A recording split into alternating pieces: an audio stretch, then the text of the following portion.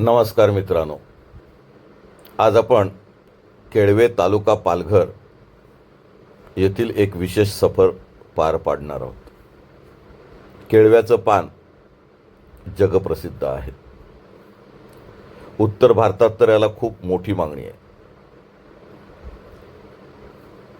सामान्य माणूस हे पान खाऊ शकत नाही, इतके हे तिखट व टिकाऊ असते. परदेशातही विशेषतः मुस्लिम राष्ट्रांमध्ये या पानाला खूप मागणी आहे. मागील 100 वर्षापेक्षा अधिक मोठा इतिहास या पानाचा आहे. केळव्याची केळीसुद्धा तेवढीच महत्त्वाची. सफेद वेलची,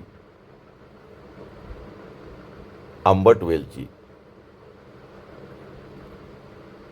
सुकेळीसाठी प्रसिद्ध असलेली केळी, वसईची केळी मोठ्या प्रमाणात इथे विकली जातात. पण केळवा विशेष प्रसिद्ध आहे तो तेथे नियमितपणे भरल्या जाणाऱ्या लिलाव पद्धतीने सहकारी संस्थेमार्फत होणाऱ्या केळ्यांच्या आणि खायच्या पानाच्या व्यापारासाठी. व्यापारी बरोबर 6:45 आठवड्यातले 3 दिवस हजर असतात. 7:10 लिलावाची बोली सुरू होते आणि 10-15 मिनिटातच ती संपते. त्यापूर्वी 10 मिनिटं व्यापाऱ्यांना आलेल्या शेतकऱ्यांच्या पाट्या म्हणजे पानाच्या राशी बघण्याची संधी दिली जाते. व्यापारी योग्य तो भाव सांगतात. पानाचा दर्जा, गुणवत्ता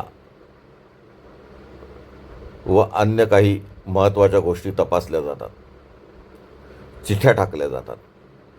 एकदा व्यापाऱ्याने चिठ्ठी टाकली की ती पाटी विकली गेली असे गृहीत धरून बाजूला काढली जाते. मग प्रत्येक व्यापाऱ्याची जी काही पेढी असेल, वखार असेल, तिथे या पाट्या म्हणजे पानाच्या राशी पोचवल्या जातात. 50 पानांची एक जुडी असते. 2 जुड्या शेकड्याच्या असतात. एका टोपलीत 2,500 ते 5,000 पर्यंत पानं असतात.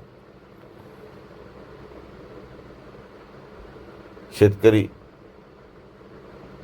मग वखारीवर जाऊन पुन्हा पानाची मोजणी करतात. जो भाव ठरलेला असेल तो 1000 पानांचा असतो आणि एका ठराविक गुणवत्तेचा असतो. मध्ये जर चुकून खराब पानं असतील तर दर कमी जास्त सुद्धा होऊ शकतो, पण सहसा फसवणूक होत नाही. व्यापारीही स्थानिक असतात, शेतकरी स्थानिक असतात. काही व्यापारी स्वतः देखील उत्पादक असतात. त्यामुळे एकमेकांची सुखदुःख आणि अडचणी त्यांना माहिती असतात.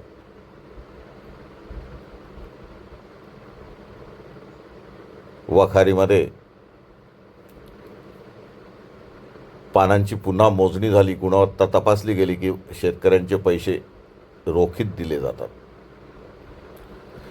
जास्तीत जास्त उधारी एखाद आठवड्याची ठेवली जाते. मग ही पाने पुन्हा व्यवस्थित बंदिस्त केली जातात. पेंढ्यामध्ये, ओल्याव्यामध्ये ती बांधली जातात. बांबूच्या पेटीमध्ये एकदा ती पूर्णपणे बांधून झाली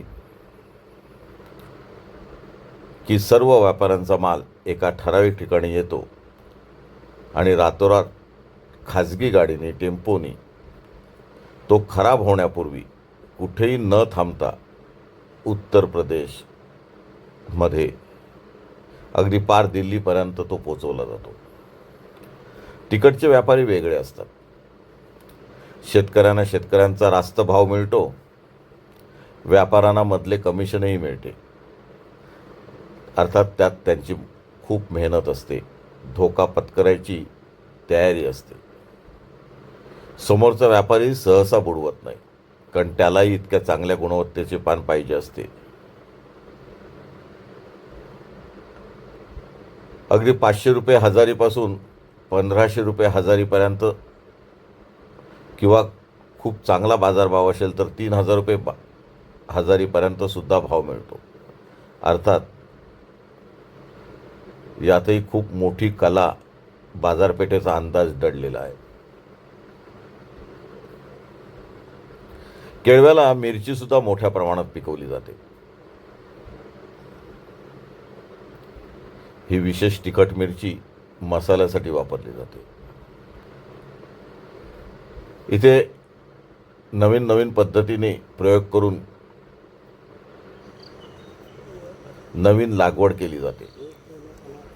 जातिवंत बेणे किंवा वेलाचे तुकडे, ज्याला इकडे बी म्हटले जाते, ते अशा पद्धतीने लावले जाते. मग त्याच्यात कारवीच्या काठ्या उभ्या करून गवत हंतरलेल्या मांडवात आधार देऊन हा मांडव तयार केला जातो. अंदाजे 5 ते 10 गुंठ्याचे एक एक मांडव असतात. सऱ्यांमध्ये पाने लावली जातात आणि मग ती वर्षभरात विक्रीस तयार होतात. केळव्यामध्ये आता मोठे क्षेत्र या लागवडीखाली येत आहे. केळव्याचा विकास होत आहे.